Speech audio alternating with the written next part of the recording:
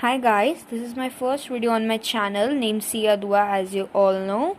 ठीक है, in this class we are going to study chapter 1 of our science book, that is matter in our surroundings of class 9th. So what are we going to study in this chapter is, जो हमने देखा है कि हमारे आसपास बहुत सारी चीज़ें होती है. For example this book, this table, ठीक है, जितनी भी सारी चीज़ें होती हैं वो सारी की सारी जो मैटर होता है उनको हम मैटर बोलते हैं. ठीक है, सारी चीज़ों को जो हमारे आसपास है, ये जो सारा का सारा मैटर है ये किससे बना होता है?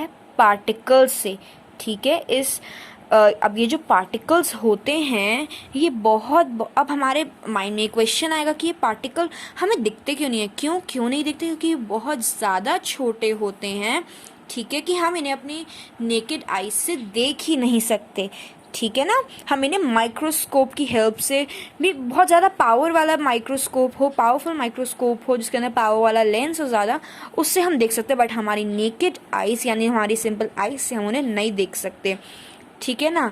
और इसी अब ये जो हमारे पार्टिकल्स हैं मैटर के, जो मैटर के अंदर होते हैं पार्टिकल्स, ये कितने स्मॉल है इनको दिखाने के लिए एक्टिविटी है. ठीक है, तो ये एक्टिविटी क्या है, I am going to explain you that. ठीक है, हमने क्या करना है, हमें सबसे पहले तो 2 या 3 क्रिस्टल्स लेने हैं पोटेशियम परमैंगनेट के. ठीक है, और उन्हें डिज़ोल्व करना है 100 ml ऑफ वाटर में. हमने एक बीकर लिया. ठीक है, उसके अंदर हमने 100 ml ऑफ वाटर डाला. फिर उसके अंदर हमने 2 to 3 crystal of potassium permanganate डाल दिए. ठीक है, वो अपने आप ही डिज़ोल्व हो जाएंगे. ठीक है, अगर ना हो तो आप उन्हें थोड़ा स्टिर कर दीजिए. उसके बाद फिर आप क्या करेंगे, फॉर एग्ज़ाम्पल जैसे आपने वही बीकर लिया. ठीक है ना, आपने वही बीकर लिया, उसके अंदर आपने 100 ml ऑफ वाटर डाला. कितना है ये? 100 ml वाटर. इसके अंदर आपने 2-3 क्रिस्टल्स डाल दिए पोटेशियम परमैंगनेट के. ठीक है, ठीक. उसके बाद आप इसी में से 10 ml पानी लेंगे. इसी का ही अभी कलरफुल हो जाएगा. पोटेशियम परमैंगनेट से कलर क्या आ जाता है? पिंक. ठीक है ना. अभी हम इसी में से 10 ml पानी लेंगे. ठीक है, इसी का ही 10 ml हमने पानी लिया और उसको हमने एक और बीकर में डाल दिया जिसके अंदर 90 ml ऑलरेडी भरा हुआ था पानी. ठीक है ना, क्लीन वाटर था, वो एकदम क्लीन वाटर था. और हमने ये जो 10 ml इसमें से निकाला, हम इसको इसमें डाल देंगे. ठीक है, फिर इसके बाद हम अब ये 90 ml हमने ऑलरेडी लिया था और ये 10, तो ये प्लस करके क्या आ जाएगा हमारा? 100. फिर हमने इसी में से और 10 ml ले लिया और फिर हमने इसी को रिपीट किया कि 90 ml हमने वाटर में यही डाल दिया. ठीक है, तो इससे अब ये चीज़ हमें क्या शो करती है? ठीक है, हमें ये शो करता है कि how small are the particles of matter, कितने ज़्यादा छोटे हैं. कि देखो, जस्ट हमने 2 और 3 पार्टिकल्स लिए, हमने 2 और 3 क्रिस्टल लिए और इसने इतना ज़्यादा लार्ज अमाउंट ऑफ वाटर को कलर कर दिया. ठीक है, say about 1000 ml. See 1000 ml. But इसमें क्या फ़र्क आया कि देखो, पहले कितना पानी कितना डार्क था, कलर कितना डार्क था, फिर देखो धीरे धीरे फेड होता गया जैसे हम इसमें जैसे हम इसको डाइल्यूट करते गए. डाइल्यूट इन द सेंस कि हम इसमें पानी डालते गए. ठीक है ना. अगर अब सबके घर में तो पोटेशियम परमैंगनेट होता नहीं है. ठीक है, तो फिर हम यही सेम एक्टिविटी को हम डेटॉल से भी कर सकते हैं. इसके बाद जो हमने पार्टिकल्स पढ़े हैं, नहीं उससे पहले हम देखते हैं कि देखो, the particles of matter are very small that they are small beyond our imagination. हम इमेजिन भी नहीं कर सकते वो कितने ज़्यादा स्मॉल होते हैं ये पार्टिकल्स. ठीक है, अब इन पार्टिकल्स के कैरेक्टरिस्टिक्स क्या हैं? सबसे पहले क्या होता है, particles of matter have spaces between them.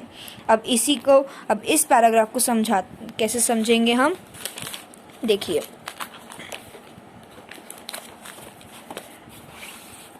For example देखो, हमने ये समझो हमारा ग्लास है.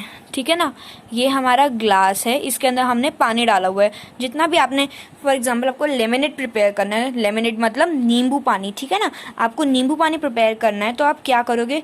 हमारी फर्स्ट कैरेक्टरिस्टिक क्या थी कि particles of matter have spaces between them. अब ये इसके अंदर पानी है, अगर हम इसको ऐसे ब्रॉडली देखें, इसके अंदर पानी है तो पानी के अलग अलग पार्टिकल्स होंगे, ठीक है। इनमें देखो स्पेसेस है। अब जो हम ऊपर से नींबू डालेंगे, ठीक है, नींबू के भी पार्टिकल्स होंगे तो वो इसके अंदर जाके सेटल हो जाएंगे। देखो ये थे पानी के पार्टिकल्स हमारे, ठीक है ना, जो कलर्ड वाले पानी के पार्टिकल्स, और ये नींबू के पार्टिकल्स इसके बीच में जाके सेटल हो गए, जिसकी वजह से ये डिसॉल्व हो जाएंगे, ठीक है। तो इससे पता चलता है कि particles of matter have spaces between them. उसके बाद हमारी सेकंड कैरेक्टरिस्टिक क्या आती है, particles of matter are continuously moving. ये कॉन्टिन्यूसली मूव करते रहते हैं, ठीक है। और इसको प्रूव करने के लिए भी एक एक्टिविटी है। तो क्या एक्टिविटी है, put an unlit incense stick in a corner of your class, ठीक है। आपको क्या करना है, अगरबत्ती होती है, इंसेंस स्टिक होता है अगरबत्ती। आपने अगरबत्ती ली और उसको एक कोने में रख दिया अपनी क्लास के, ठीक है, या व्हाटएवर आप जहाँ भी अपने घर में, अभी तो लॉकडाउन है तो घर में ही होंगे, ठीक है ना, पता नहीं इस जन्म में स्कूल जा भी पाएंगे कि नहीं। So how close do you have to go near it so as to get it smell. तो इसका मतलब हुआ कि आपको कितना उसके पास जाना पड़ेगा उस अगरबत्ती की आपको स्मेल लेने के लिए। अगर आप उस क्लासरूम में दूर भी बैठे होगे तब भी आपको आ जाएगी। क्यों, क्योंकि जो उसके पार्टिकल्स हैं अगरबत्ती के वो कॉन्टिन्यूसली एयर में मूव कर रहे हैं या डिफ्यूज कर रहे हैं, इसीलिए आपको उसके पास जाने की जरूरत नहीं पड़ेगी, ठीक है।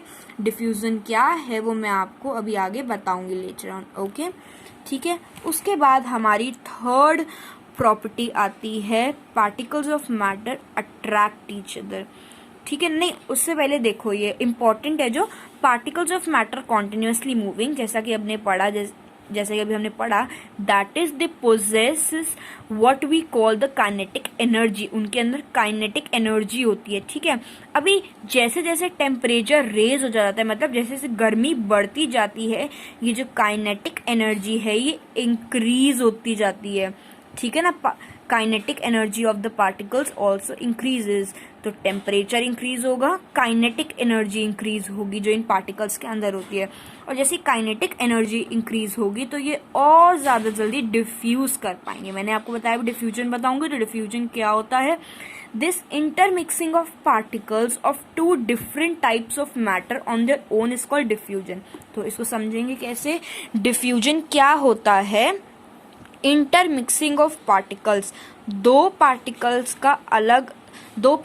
का घुलना, ठीक है, of different type of matter. जैसा कि अभी हमने पढ़ा कि जो हमारा नींबू पानी होता है वो कैसे स्पेसेस में रेस्ट, देखो कैसे ये मिल जाता है, इंटरमिक्स हो जाता है। ये ब्लू वाले जो हमारे हैं इसमें कलर है, ये वाटर वाले हैं, और ये वाले जो है विदाउट कलर, ये हमारे हमने डाला था ना नींबू के पार्टिकल। तो इंटरमिक्स मतलब एक साथ घुल गए, एक साथ मिक्स हो गए दो अलग अलग टाइप के मैटर। ये दोनों अलग अलग टाइप के, दोनों अलग अलग टाइप के मैटर इंटरमिक्स हो जाए तो उसे हम बोलते हैं डिफ्यूजन, ठीक है। अब हमारी सेकंड कैरेक्टरिस्टिक आती है, particles of matter attract each other, ठीक है। तो ये एक दूसरे को अट्रैक्ट भी करते हैं, ठीक है। इसके लिए हम एक्टिविटी ले सकते हैं, this one, take an iron nail, a piece of chalk and a rubber band. Try breaking them by hammering, cutting or stretching. In which of the above three substances do you think the particles are held together with greater force?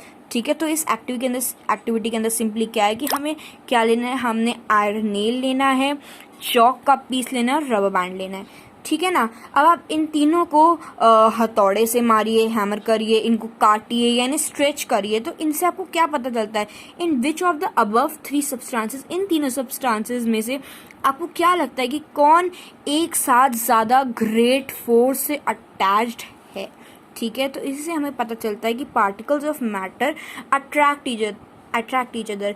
जैसे for example अगर आप swimming के लिए, इसको हमको छोड़ दीजिए, जैसे अगर आप स्विमिंग करते हैं तो जैसे आपने स्विमिंग करते हुए देखा होगा या स्विमर को किसी देखा होगा, या अगर आप स्विमिंग भी नहीं आती आपको तो आप क्या लीजिए, जैसे बाल्टी में पानी लीजिए, आप ऐसे एक बार पानी के बीच में ऐसे करेंगे तो देखिएगा वो ऐसे होता रहेगा, लेकिन फिर जो उसके पार्टिकल ऐसा थोड़ी ना रहेगा कि जैसे आपने ये पानी है, इसमें आपने पानी रखा, ठीक है, इसमें आपने अपनी फिंगर से इसको ऐसे कर दिया, वैसे नहीं कि ऐसे बटा ही रहेगा, डिवाइड ही हुआ रहेगा, तो वापस अपनी जगह पे आ जाएगा, ठीक है। तो इसीलिए क्या कहते हैं, particles of matter attract each other. So let's answer some questions. So which of the following are matter? Chair is the matter, air is the matter, love में कोई particles होते हैं क्या? नहीं. स्मेल में? नो. स्मेल जो होती है वो एयर में ही होती है, तो एयर अल्टीमेटली मैटर है. चेयर के अंदर पार्टिकल्स होते हैं. ठीक है. हेट फीलिंग्स में थोड़ी ना होता है कुछ भी. डायमंड के अंदर होता है. थॉट फीलिंग, ये सोचना हमारा. Cold abstract noun.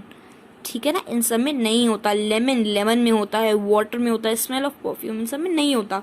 ठीक है. Give reasons for the following observation. The smell of hot sizzling food reaches you several metres away, but to get the smell from cold food you have to go close. इसका मतलब क्या हुआ कि आप थोड़ा दूर बैठे हो और हॉट गर्म खाने की खुशबू आपको दूर बैठे हुए भी आ जाते, लेकिन वही खुशबू आपको कोल्ड खाना मतलब ठंडे खाने से क्यों नहीं आती.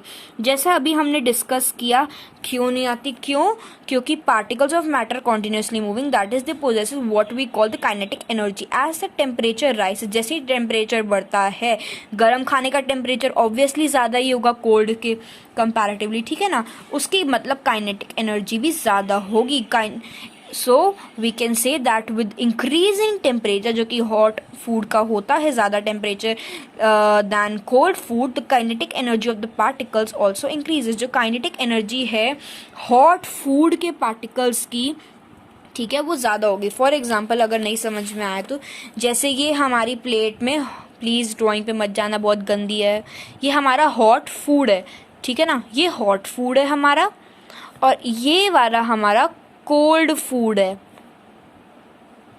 तो इससे अभी हम क्या करेंगे, ये इसके ऊपर जो एयर है, एयर तो हर जगह ही होती है. ठीक है ना, अभी इसके ऊपर एयर है. जो हॉट फूड के अंदर जो काइनेटिक एनर्जी है वो ज़्यादा है, तो जाहिर है जब इसके अंदर देखो, अभी गर्म खाने से धुआं तो निकलेगा, जब इसका धुआं निकला तो वो गर्म होगा. ठीक है, गर्म होने की वजह से काइनेटिक एनर्जी ज़्यादा होगी, जिसकी वजह से जो हमारे एयर के पार्टिकल्स हैं, ये एयर के पार्टिकल्स ये ज़्यादा जल्दी मूव करेंगे as compare to this cold food. ठीक है. देन हमारा नेक्स्ट क्वेश्चन आता है, a diver is able to cut through water in a swimming pool, which property of matter does this observation show. So जो हमारा driver होता है वो जो स्विमिंग पूल में जो पानी होता है उसको कट कर पाता है. ठीक है ना, विच property of matter does this